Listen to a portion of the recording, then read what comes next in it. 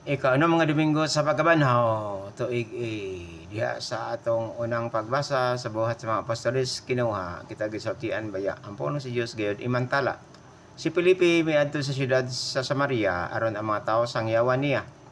O gilabihan niyang lipaya kay ang maayong balita gidawat nila. Maong si Pedro ug Juan usab gipadto aron magsangya usab sa ebanghelyo nagpandong aron makonsad ang Espiritu Santo larawan sa kumpirma nga sakramento. O unsa may pagtulunan para kanatong tanan, una sa pulong sa Dios ang katawhan gayud sangyawan.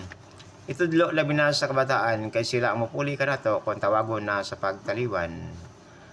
Maong kining kabataan paglaom gayud sa simbahan, sa labing mahal nga kabilin ato silang binlan ang pulong sa Dios ug maayong pamatasan ato gayud silang tudluan. Ipaambit usab sa kasilinganan, BEC himo ang sinimanang kalingawan, kay niini ang tawag sa pagsangyaw, ikaw nagtuman. Ang Dios nga nagtan-aw, ikaw gayud kahimot-an. Aron ang pagsangyaw gayud matuman, gipadala ang espiritong balaan, maong diha sa kumpirma usa ka panawagan, isip sundalo mo sangyaw dili mahadlok sa unsang kasakitan.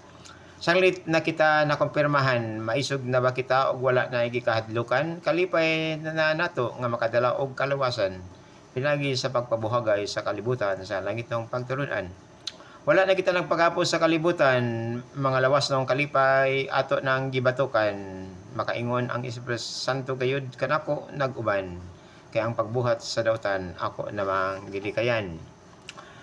Okay, kaduhang pagbasa gikan sa unang sulat ni San Pedro, kita gisultian Kristiyano nga kita kanunay andam og alisto, dili ignorante sa ebanghelyo.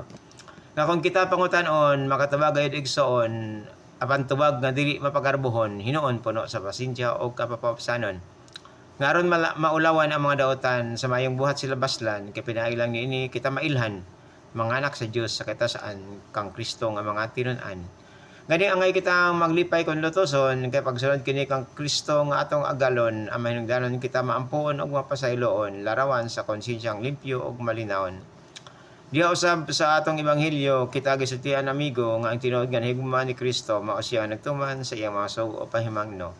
Una kita baya iyang giingnan panglakaw kamo nga tibuok kalibutan aron sangyaw ang maayong balita ngadto sa tanang katawhan, naghimo ba kita ini o gipili nato ang pagtinapulan. Kay kung tungod sa pagsangyaw daghan ang makasulod sa kalawasan para sa Dios kalipay kana nga hilabihan, kay ang tumong sa atong kamugnaan hangtod sa hangtod kita kaniya makig-uban. Ug ang tatong pagpadiyag nga kita niini nakatuman kun ang nagbuhat kanatog dautan sa maayo nato gibaslan dinhi sa Kristo malipay sa hilabihan, kay ang duha ka kalag dili mamiligro miadto sa lapit sa kangitngitan. Kay gusto gid sa Dios sa kagahuman ang tanan makasulod sa kalawasan aron ang iyang mapintas nga magpasakit o kamatayon sa krus may kahulugan. Maong dili gid siya mapatay sa taong dautan kay nagpaabot pa siya sa kausaban. O unta isip mga bininyagan ang atong pagigma walay kondisyon sama sa Dios sa kagahuman, hingpit walay kausaban.